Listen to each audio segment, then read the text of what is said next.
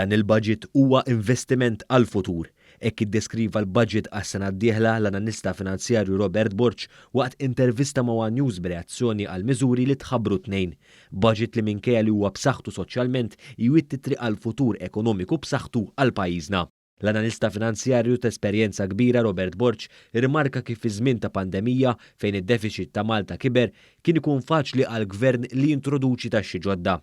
Kien ikun faċli għall-gvern nistgħu ngħidu illi meta jkollok deficit ta' 9% kien iżid it-taxxi fil-pajjiż biex jerġa' jkontrolla d-deficit. Però aħna rajna bil-kont. Fil-fatt l-analista finanzjarju faħħar miżuri bħal rawn ieħor tal-vouchers it-twessieħ fl-in-work benefit u żieda fiċ-children's allowance.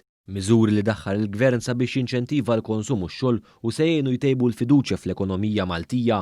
Hawnhekk Borch qal kif dawn huma kruċjali sabiex malli tgħaddi l-pandemija, l-ekonomija terġa' taħrab tiġri l-qudiem. Però wieħed irid jara li dan l-inċentiv u l-istimulu li jagħmel il-gvern x'inhu fir-realtà? Fir-realtà dan huwa investiment illi għandu irrendi dak ix-xogħol neċessarju fil-futur biex nerġgħu nirriversjaw id-deficit li qed nikkreaw bħalissa. Borch temm jgħid kif dan il-budget se jgħin sabiex jintlaħqu l-previżjonijiet ekonomiċi ta' rkupru mill-pandemija. Il-proġettazzjonijiet hija li s-sena d-dieħla jkollna tkabbir reali fil-Gross Domestic Product, ġifieri fil-produttività tal-pajjiż ta' 5% li hija inkoraġġanti ħafna.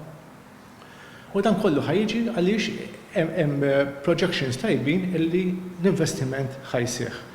U allura l-investiment li qed iwettaq il-gvern fl-ekonomija nsejjaħ investiment aktar mill-deficit qiegħed proprju jinċentiva l-fiduċja fil-pajjiż.